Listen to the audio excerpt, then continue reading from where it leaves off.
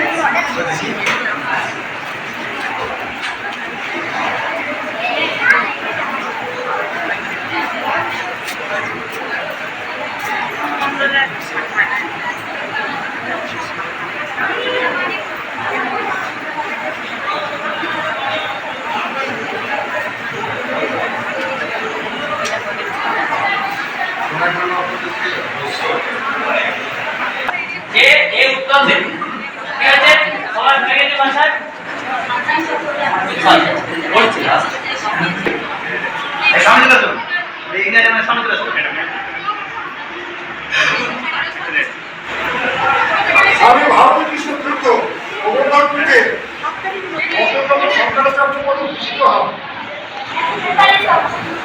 সঠিক উত্তর। জানি কোথায় বিভাগ থেকে চলে যাবে, বুঝতে গেছে সমুদ্রে যাওয়ার দিকে ভারত সেবাশ্রম সংঘ আছে, তার ডান দিকে রাস্তা আছে, সেখানে চলে যাবে। মানে হিন্দিতেই বলতে হয়।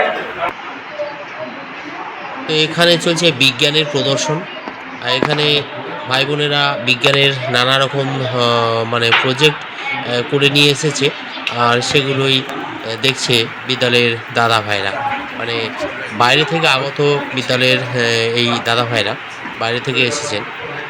তো ওনারাই দেখছেন এই সমস্ত কাজগুলো, কিভাবে আমরা জল ধরে রাখবো, কিভাবে জল সংরক্ষণ করব, এইসব এবং আরও নানা রকম বিজ্ঞান প্রদর্শনী কাজ আছে এখানে।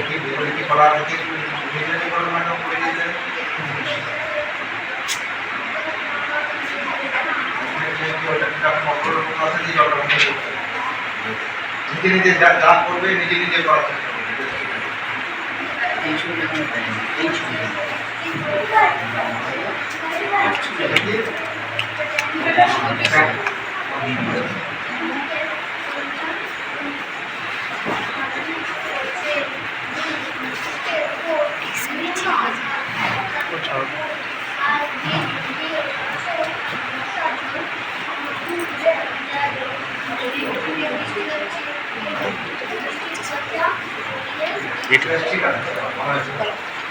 আচ্ছা, অনুষ্ঠানে যে টাকা দিচ্ছে ভৌমণ্ডল, মানে ভৌমণ্ডল মানে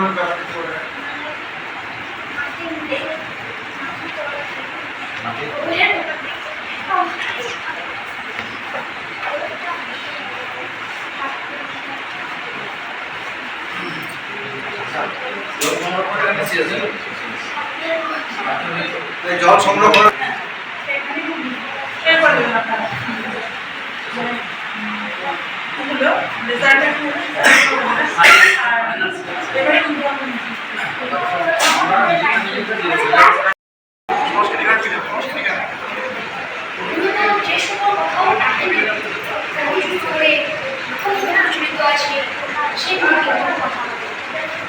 এগুলি গড়ে ওঠে ঐতিহাসিক বা অতীত ঘটনার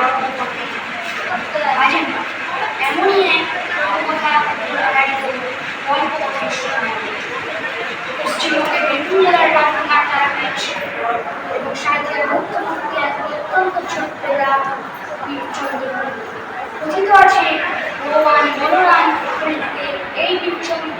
হয় 1473 খ্রিস্টাব্দে মাঘী শুক্লা ত্রয়োদশীতে 12ই জানুয়ারি মহাপ্রভু নিতাই চাঁদকে এই পৃথিবীতে অবতারণ করেন। তার বাবার নাম হাড়েপন্ডিত, মাতার নাম পদ্মাবতী। প্রভু নিতাই চাঁদ যে স্থানে জন্মেছিলেন সে স্থানটি গর্ভাবাস বা সতীদাহ নামে প্রসিদ্ধ। বর্তমানে সেখানে একটি সাদা মন্দির তৈরি করা হয়েছে।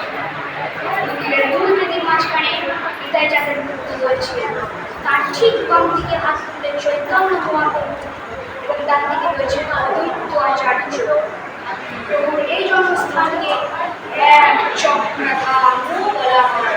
কথিত আছে কুরুক্ষেত্রের যুদ্ধে অর্জুন যুদ্ধ না করার সংকল্প নেয়।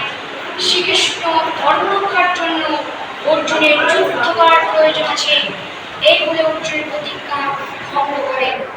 তখন তিনি অর্জুনের সাথে লড়াই করতে আসা বিশ্বদেবকে আঘাত করার জন্য রথের চাকা নিয়ে ছুটে এসেছিলেন। তখন বিশ্বদেব সুন্দর প্রার্থনা দিয়ে শ্রীকৃষ্ণের ক্রোধ নিবারণ করেছিলেন এবং শ্রীকৃষ্ণ ক্রোধ হারিয়ে রথের চাকাটিকে ফেলে দেন। যেহেতু চাকাটি এই গ্রামে এসে পড়ে তাই এই জায়গার নাম হয় এক চক্রধাম। প্রভু নিত্যানন্দের বয়স যখন 12 বছর তখন ঈশ্বরপুরী নামে এক সন্ন্যাসী হাড়ে পণ্ডিতের বাড়ি ভিক্ষা করতে আসে। তিনি নিতাই চাঁদকে দেখে বুঝতে পারেন তিনি কোনো সাধারণ বালক নয়। তিনি হাড়ে পণ্ডিতকে বলেন, আমি পায়রাটের সমস্ত তীর্থস্থান ভ্রমণে বেরিয়েছি। আমার প্রার্থনা যে আপনি আপনার ছেলেকে আমার সহযোগী সেবক হিসাবে আমাকে দিন। এই কথা শুনে হাড়ে পণ্ডিতের মাথায় বজ্রপাত হলো।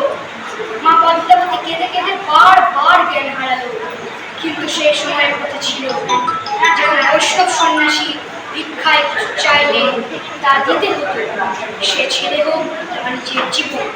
তাই হাড়ে পণ্ডিত শেষ পর্যন্ত চোখের জলে ছেলেকে সন্ন্যাসীর হাত তুলে দেন।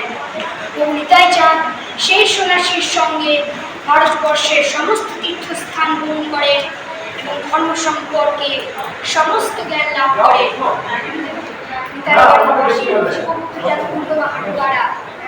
এটি হচ্ছে নিতাই চাঁদের ছোট ভাই বাবারায়ের অন্তর্ধান স্থল। এই স্থানে প্রভু আবার হাঁটু গেলে অন্তর্নিহিত হন, তাই এই স্থানের নাম হয় বা জানুকুণ্ড। এখানে কুণ্ডের মাঝখানে আশ্চর্য এক মন্দিরের চৌকো দেখা যায়, যার বাকি অংশটুকু জলের মধ্যে ডুবে আছে। কথিত আছে পিতা হাড়ের পণ্ডিত মাতা পদ্মাবতীর তীর্থ ভ্রমণের প্রবল ইচ্ছা জাগলে প্রভু নিতাই চাঁদ বাবাকে স্নান করানোর জন্য সব তীর্থকে আহ্বান করে এই কুণ্ডে এনেছিলেন। তাই এই কুণ্ড সপ্তসাগর সপ্তনদীর জলে তৈরি হয়, যা মহাপবিত্র রূপের মান্যতা পায়। এই কুণ্ডের জল প্রখর গ্রীষ্মে কখনো শুকায় না এবং বর্ষায় কখনো উপচে পড়ে না। সাধারণ লোকের বিশ্বাস এই কুণ্ডে স্নান করলে নাকি সব রোগ সেরে যায়। তাই বাড়ির অনতি দূরে এক খণ্ড জমির উপর অবস্থিত নিধুবন। কথিত আছে সেই সময় এই স্থানটিতে একটি ব্রাহ্মণের বাড়ি ছিল। অজ্ঞাতবাসের সময় পঞ্চপাণ্ডব যখন বীরচন্দ্রপুর এসে পৌঁছায় তখন এই ব্রাহ্মণ পঞ্চপাণ্ডবকে তার এক ভাগ কুটিরে আশ্রয় দেয়। পঞ্চপাণ্ডব এখানে রাত্রিবাস করেন এবং মাতা কুন্তী এখানে নিজ হাতে রান্না করেন। তো বন্ধুরা, কেমন লাগলো আজকের ভিডিওটা অবশ্যই কমেন্ট করে জানাবে, ভিডিওতে লাইক করে দেবে। আমার চ্যানেলে নতুন হয়ে থাকলে অবশ্যই চ্যানেলটাকে সাবস্ক্রাইব করে পাশে থাকা বেল বাটনটাকে মনে করে অল করে রেখে দেবে। তো চলো বন্ধুরা, নতুন পুরনো সব বন্ধুদেরই অনেক অনেক ভালোবাসা রইল। ফিরে আসবো আবারও পরের ভিডিওতে। টাটা।